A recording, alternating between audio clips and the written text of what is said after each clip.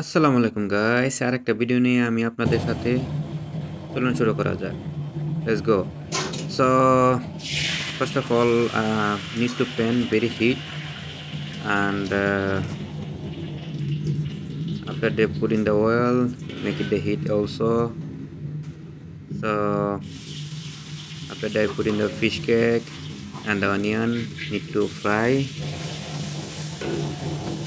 So প্রথমে আপনারা ওই প্যানটা অনেক হিট করে নেবেন, তারপর তেল দিয়ে তেলটা অনেক হিট করে নিতে হবে।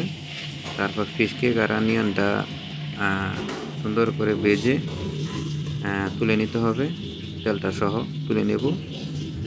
তোলার পরে পুরাটা তুলে নেব সুন্দর করে। দেখুন, পরে আমি আবার নতুন করে তেল দিয়ে দিলাম।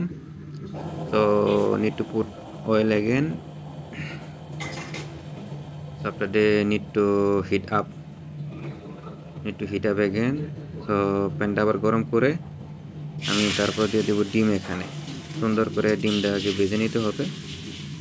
আপনার আর একটা টিপসের কথা বলি, আপনার যদি প্যানটা পরিমাণ মতো হিট না হয়, আপনার ওই ডিমটা লেগে যাবে।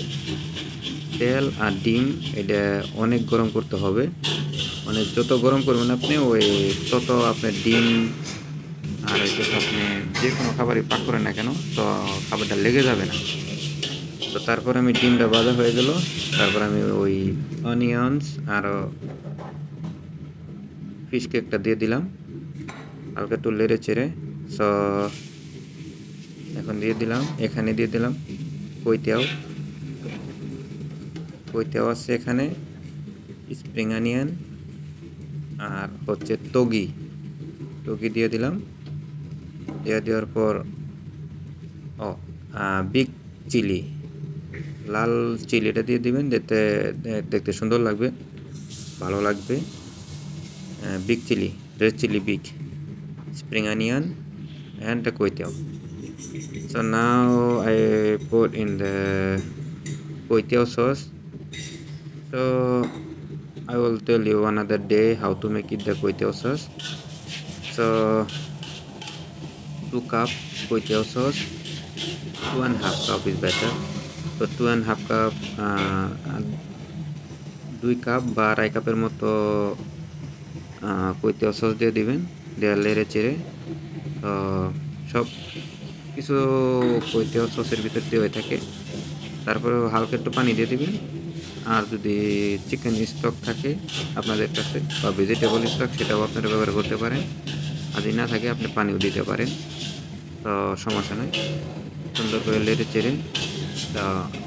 তো প্রথমে বলছিলাম, আপনার পরিমাণ মতো যদি হিট থাকে আপনার প্যানটা, আপনার তাইলে আর লাগবে না, লেগে যাবে না। দেখেন কি পরিমাণে হিট আছে, তারপরে লেগে যাচ্ছে না। তো এই জন্যে এই টিপসটা সবসময় ফলো করবেন, যে কোনো খাবারই পাক করেন না কেন, অবশ্যই জানি আপনার প্যানটা হিট হয়। তো আমার কইতে almost ready. So thanks for watching guys, see you another video hopefully. So you see my kuitiao is ready. Thank you so much.